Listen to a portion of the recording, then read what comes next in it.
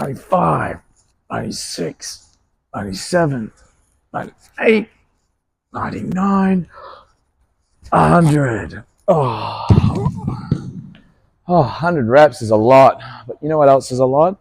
Knowing exactly what you need to do to build muscle. There's so much confusion out there online with what to do, how much, how little, what you need to take. So I'm going to clear it up in the most basic form I possibly can. This is How to Build Muscle by Unbound Athletic. Welcome, I am Ty, and we're going to take you away with a video that's going to talk about the 5 main things that I believe is most important and that we teach here at Unbound to build muscle for our clients. Now, the first things first, we're going to talk about intensity and volume and why it's important to cover and look at how much reps is important to do, how much weight, what kind of level you should push to, so on and so forth. Then we're going to cover protein intake, obviously some misconceptions behind protein intake, what's enough, if timing is very important for normal people, so on and so forth. We're then going to touch on sleep and recovery, and obviously you can see the dial is all the way up and why that is the case. And then we're looking at periodized program and accessory work to finish off. So 5 steps, let's take it away with the most important one, the first one, intensity and volume. Now, they've done studies where they've given people testosterone and seen them put on muscle without any exercise. Does that mean that that will apply for you? Maybe, maybe not. But one of the biggest things that testosterone won't do is build up joint and ligament integrity, which is why intensity and volume and training in general is going to be super important for you guys at home. One of the things I like with intensity is it's easier to push hard than it is to do more. So we want to do both, and we want to do both well. But how do we do both in a way that allows us to get the most muscle for the least cost? There is something called the minimum effective volume, which is the minimum amount of work that is required to be able to grow a muscle. They say it's around about 10 to 20 sets depending on what you are, but what does 10 to 20 sets look like? Are you going to do, 10 sets of 3 pull-ups?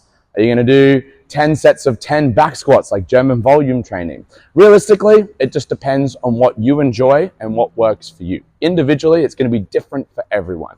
But some key points are touching a movement a couple of times a week will be ideal. So let's say something like bench press that is relatively easy to recover. You might push towards that 20 set range where you're able to do, 5 to 10 reps, 3 sets per session, 4 times a week. Whereas something like deadlifts is super fatiguing. You might not get as much volume out of something like that where the intensity is really high because the weight is really heavy. So you might have to do a lot less, 3 to 5 sets of that movement per week. These compound exercises are brilliant because they target tons of muscles in one simple session, and it just takes away from that time component that you'll see a lot of bodybuilders hit when they hit specific isolation work. So volume and intensity, both equally important. How hard should you push per session? It really depends. It really depends on how well you're feeling on that day, how well life is going, but you generally want to be trying at around about an 8 out of 10, at least at minimum, for most sessions. For volume, if you can try and get, like I said, 10 sets in at minimum per week on any individual muscle group, up to 20, that is ideal. If you're not too sure how that works, if you hit your big compound lifts, if you hit your squats, your bench, your deadlift, your overhead press, you do between 3 and 5 sets of each movement 2 times a week at minimum, you should hit that total volume. So that's something to look at. Next is protein intake. A lot of people are pretty concerned about timings when it comes to protein. Oh, I've just finished my workout. I'm missing that anabolic window. It's about to close. I need to have my protein shake, blah, blah, blah. Not necessarily as important for the regular individual. If you're a top level athlete, a professional bodybuilder, or someone who is really looking at enhancing their training, yes, there is a point where it becomes important, but it really depends. It depends if you're going to use those same muscles in a secondary session in that same day. If that's the case, obviously getting some muscle glycogen, so some sugars or fast digestible carbs with protein in will help if that second session. But most of us aren't elite athletes, so that doesn't really apply to us. So what does apply to us is an adequate protein intake. What we generally see that is normally about double body weight or 2 grams per kilo. That's pretty straightforward. So if I'm 100 kilos, 200 grams will be relatively good for me. Now, people can sometimes get away with a higher protein diet where they go over that 2.5, 3 grams per kilo. And that's just normally because protein is a satiating food source and it can additionally help with weight loss. But if you want a simple amount, just double what you're normally eating as far as protein goes. Bit of a caveat here, we're going to add something in a little bit, is fat intake is still important for both men and women. Fat helps regulate hormones, which male hormone of testosterone is super important for putting on muscle. They normally say 1 gram per kilo is also good for that. So that's just the main protein intakes that I would keep in mind if you are looking at doing it. It obviously has a big impact on your overall weight gain. Of course, eating in a calorie surplus will include that as well, but you can see some people who are at a deficit or a maintenance add muscle on. It's just less than someone who is eating over their current calorie intake. Sleep and recovery. Why does it get so much value compared to the other ones? Well, sleep is probably the most important thing for recovery because it helps us build muscle while we are using them really hard. We're working out, going hard in the gym, we're stressing our body out, we're creating those micro tears, as people say, but basically we're putting a stress on the body. Your body needs to adapt at some point. Sleep is the human's biggest deficit or biggest negative as far as what we do. We just lie down for 8 hours every day and do nothing. But in our case, for training, it helps us recover and it allows us to build muscle and build the building blocks to make sure that something like our central nervous system can get a little bit more recovered so we can push more intently. But also adding size is going to be what's going to allow us to contract harder when we're doing the heavy movements like the squat, bench, and deadlift. So sleep is super important. How much sleep should you get? It is actually a little bit different from male to female, and obviously lifestyle factors play in as a major thing. If you have kids, if you work like a shift work job, these are elements that are going to impact how much you can sleep and the quality of your sleep. But generally they say for men, between 7 and 8 hours asleep, not in bed, asleep per night, and ladies, between 8 to 10 hours is ideal for maximum recovery.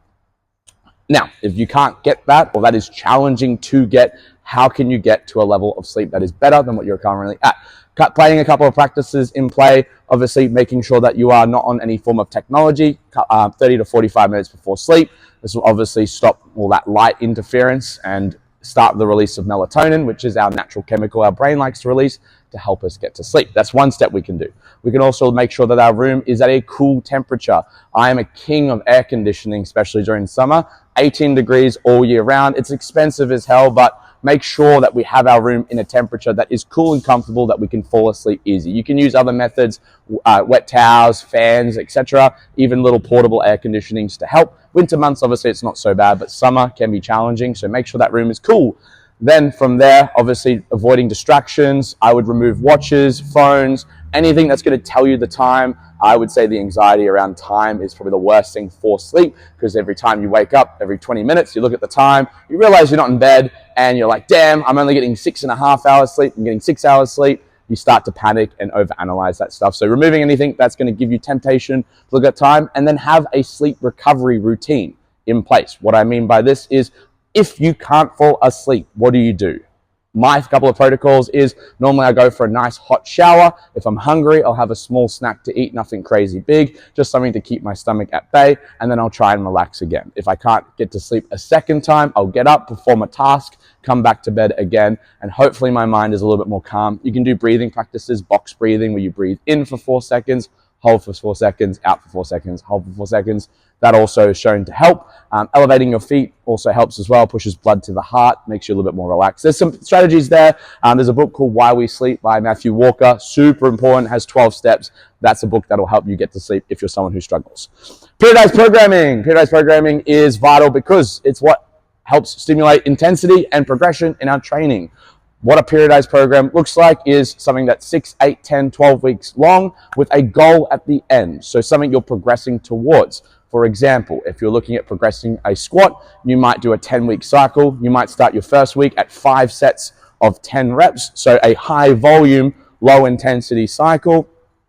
Build over the 10 weeks to 1 set of 1 rep, super high intensity, super low volume, and look at progressing your squat that way. The weeks in between, the majority of them will spend its time in the high to mid volume range. During about week 6 to 7, we'll start to get in between where the intensity starts to take up, the volume starts to reduce, and then you obviously progress towards the end. It's super important to do periodized training because of one of 2 factors. One, it's what helps drive improvement.